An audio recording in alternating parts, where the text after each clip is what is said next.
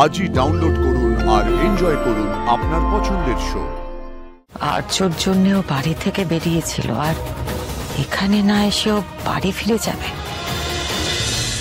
ধৈর্য ধরো সুমি, অপেক্ষা করো সুমি।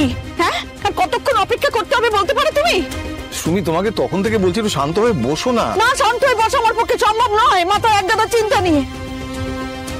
আন্টু স্যার হসপিটালে, ওনার কি অবস্থা কোনো খবর পাচ্ছি না। একটা কেউ নেই যে তাকে ফোন করে জানবো স্যারের কি অবস্থা। ওদিকে অপু বেরিয়ে গেল, কোথায় তুমি করে বেরিয়ে গেল। আরে তুই তো একটা ফোন করে আমাদের জানাবি রে অপু। আমি কিচ্ছু বুঝতে পারছি না, কিচ্ছু বুঝতে পারছি না। মানুষটা আমাদের জন্য অনেক কিছু করেছেন সত্যি, আজ তাকে এই অবস্থায়। আমি মানছি সুমি, আর্য স্যার আমাদের জন্য অনেক কিছু করেছেন, কিন্তু অপুও তো কম কিছু করেনি। দিন রাত খেটে পরিশ্রম করেছে, তাতে কোম্পানির লাভ হয়েছে। এই যে রাত্রিবেলা দুম করে বেরিয়ে চলে গেল, এগুলো না মানুষের চোখে লাগে, বুঝলে তো? যতই হোক আর্য স্যার অপুর বস, বড় মানুষ। শোনো সতু, অপু আর্য স্যারকে সম্মান করে, ওনাকে অন্য একটা জায়গায় রাখে।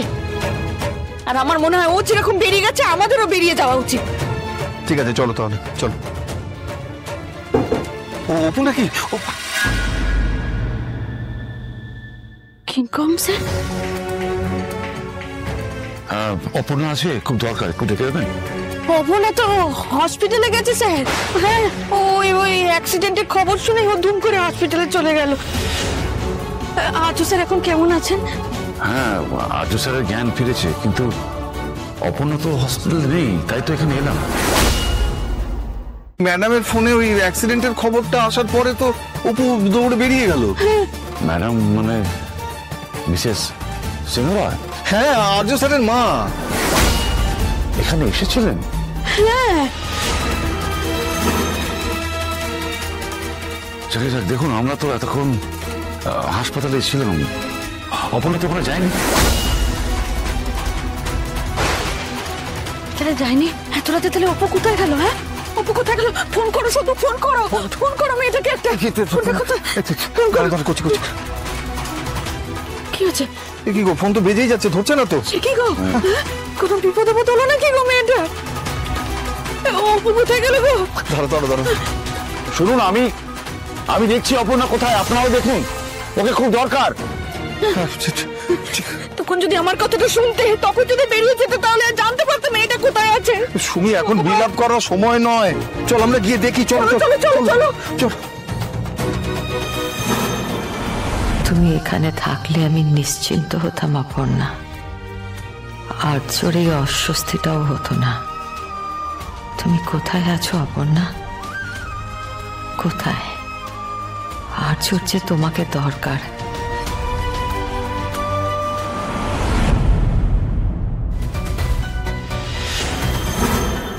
তোমার কেমন ছলনা মা গো! আজ অব্দি তুমি তো আমাকে কখনো এমন প্রশ্নের মুখে দাঁড় করাওনি।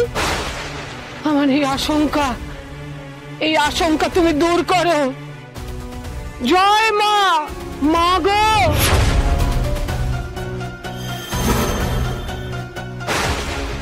আগুন জ্বলছে না, এরকম কেন হচ্ছে মা গো?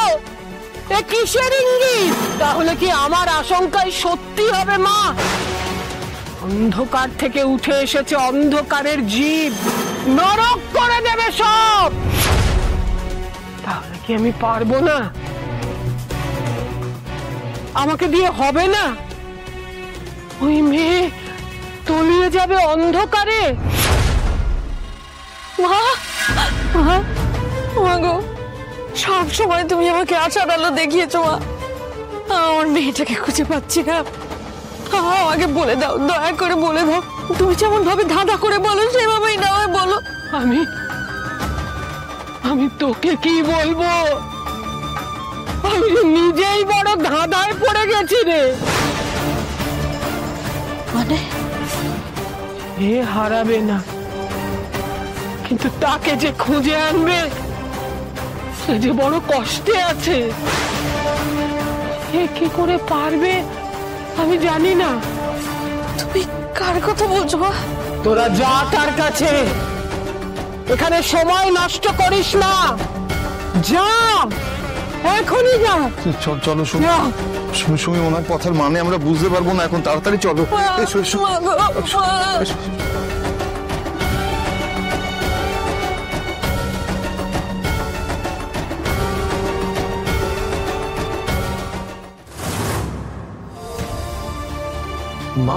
দাদা, অপর্ণা আসেনি না এখনো?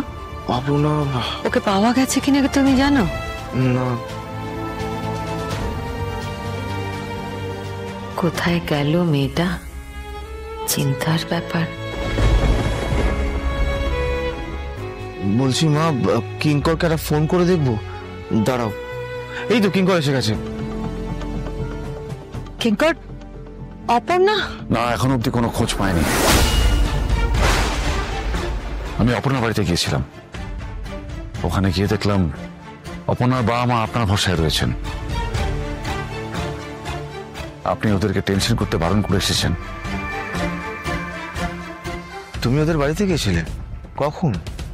অপর্ণার বাড়িতে গিয়ে তুমি ওর মা বাবাকে টেনশনে ফেলে দিয়ে এলে কিঙ্কর? কি করব, কোথাও না পেয়ে ভাবলাম হয়তো অপর্ণা বাড়িতে ফিরে গেছে। আর্যর জন্যও বাড়ি থেকে বেরিয়েছিল, আর এখানে না এসেও বাড়ি ফিরে যাবে না। এরকম মেয়ে অপর্ণা নয়। ও হয়তো কোনো কারণে রাস্তা থেকে এখানে পৌঁছতেই পারেনি, রাস্তাতেই আটকে গেছে।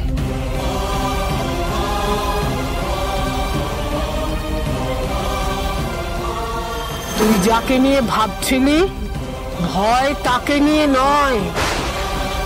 যার কথা ভাবছিস না, সে যদি অন্ধকারে তলিয়ে যায়, হারিয়ে যায়, তখন কি করবি? হে ভগবান, তারা সুন্দরী মা কি তাহলে অপর্ণার কথাই বলছিলেন? ওর কি কোনো বিপদ হলো তাহলে?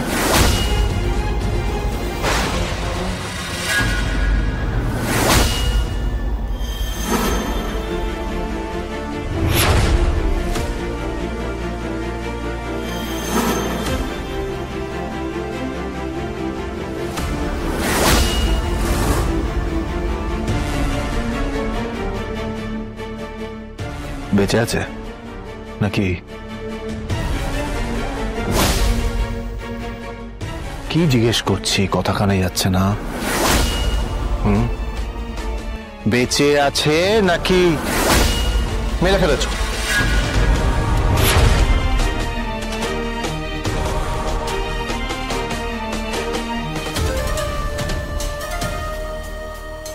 কে বলেছিল এরকম অবস্থা করতে?